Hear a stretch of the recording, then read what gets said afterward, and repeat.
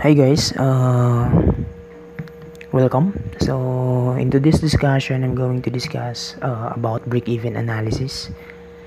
So first and foremost, before we go to the example, so explain ko muna ano yung break-even analysis. So para mas ma-explain to ng maayos, gagamit yun ng graph, no? By graphical, yung pagka-explain natin. So considering meron tayong x-axis which represents the production. So I assume ito yan.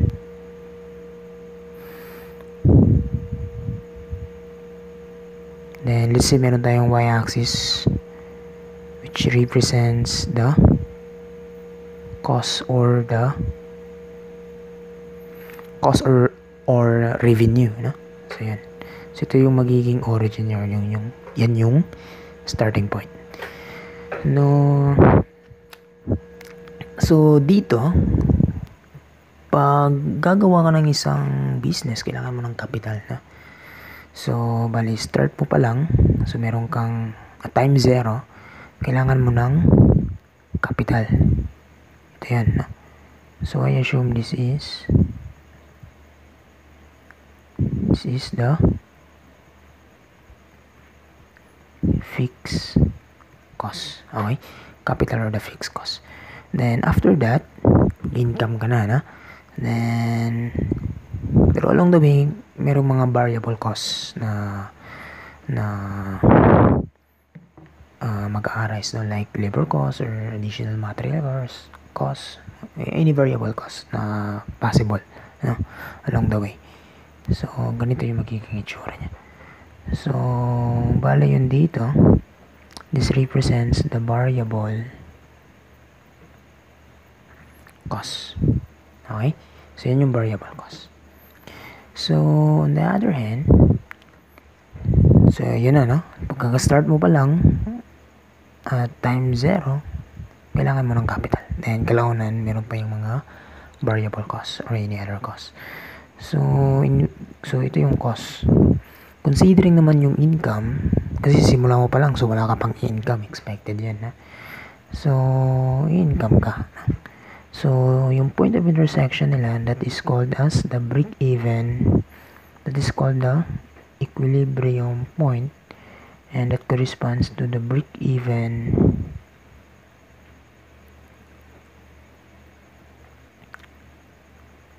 units.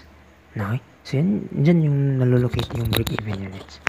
So, yung kinaganda kasi ng break-even units is parang nagsisilbi yan yung turning point mo, no? Kung lugi ka or hindi. So, di ba? Siyempre, kung gagawa ka kung magbi-business ka, so, kailangan alam mo yung break-even unit mo, no? Kung ano yung turning point mo, kung, okay. For example, yung break-even point mo, 12, no? Then, nagka-profit ka let's say, nakabenta ka ng 14 units. So, meron kang 2 units na profit mo. Diba? Ganun yan. So, ito yung income, ha? Ito yung income.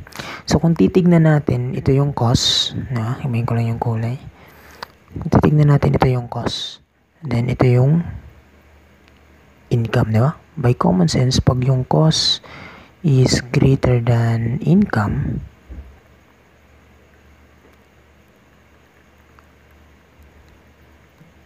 losses yun, di ba? Lugi ka nun. Yan yung losses. So, ito yung area bounded by the cost and the income curve. Okay? Pero dito naman sa ibabaw nung break-even unit, ito yung income. Ito yung cost. So, nakikita natin na yung income is greater than the cost, di ba? By common sense, profit mo yun, no? So, ito yung profit mo, yung area bounded by these two line. So, common sense na income, mas malaki yung income mo kaysa nung expenses mo, profit yun. Pag yung cost mo naman, mas malaki kaysa sa income mo, losses mo yan, no? Logi ka dun. So, para ma-solve mo yung break-even analysis, kasi nakikita natin, same lang yung point nila dito, no? So, to break even, kailangan lang yung income must be equal to cost. Or another term for income is the revenue And another term for cost is expenses. So yan, kasi same lang yung point nila, kailangan lang yung income tsaka yung cost pareho. So once ma-meet nila yan, yun na yung break even unit mo, or yan na yung turning point mo, kung para alam mo kung logi ka or hindi. Okay, I think nakikita niyo na anong gano'ng ka-importante yung break even analysis in doing business, na. So, example tayo, para mas ma-apply natin yan. For example, meron tayo dito ng plywood manufacturer produces a piece of plywood at a labor cost of 0.5 and a material cost at 3 pesos, and a fixed charge and business are 50,000 a month, and a variable cost is 0.5 per piece. So, if one plywood sells for 6 pesos each, how many pieces must be produced each month for the manufacturer to break even? So makikita natin na, let's say ito yung x and y axis natin, so this represents the production, then dito naman ito yung cost or the revenue. Okay, so start mo pa lang, kailangan mo ng budget, yan yung capital mo, yung 50,000. So sabi niya na yung first fixed charge niya is 50,000. So yun na. Then magbo-vary na yan, so meron siyang mga variable costs na sinabi ito, labor cost,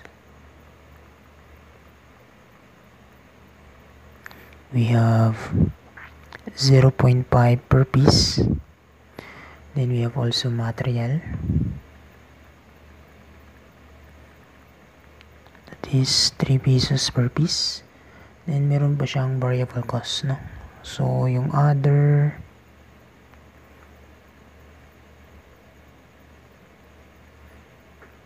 variable, meron pa siyang 0.5 per piece. So yan, so yung total is 4 pesos per piece. So ito yung slope ng line, slope of line. So yung slope pala ng line ng cost is 4 pesos per piece. So if we assume na yung income naman, ito yung curve niya, diba? So we have, let's say ganyan.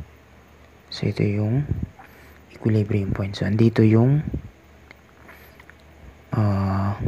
break even units.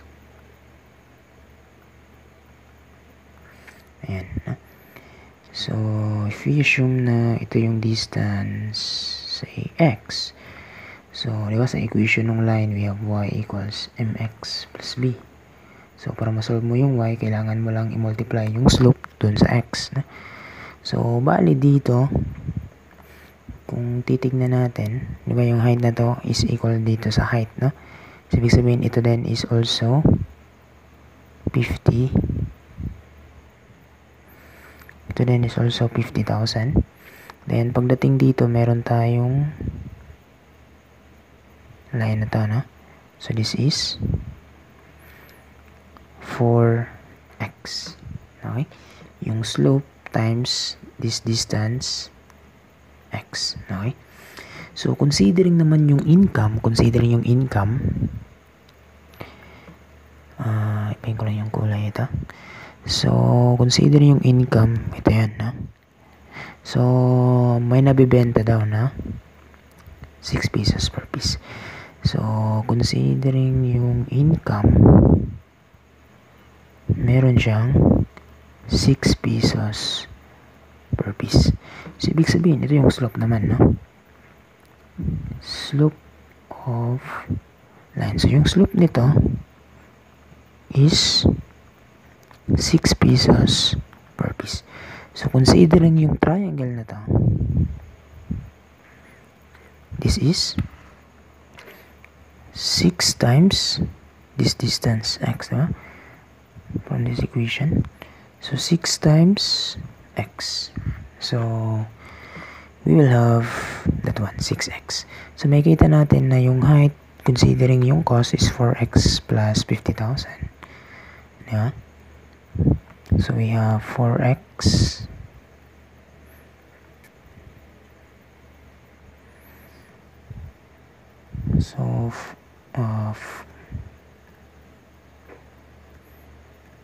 so we have, considering yung height nila, no? Yan dito. So, we have 4x plus 50,000 is equal dito sa 6x. Or x is just, ilan?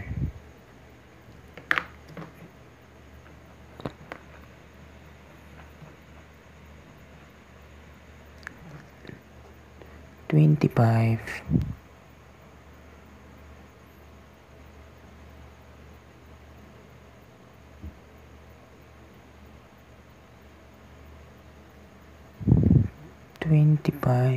55,000 or no, makikita natin na ito yung 50,000 divided by 6 minus 4, no?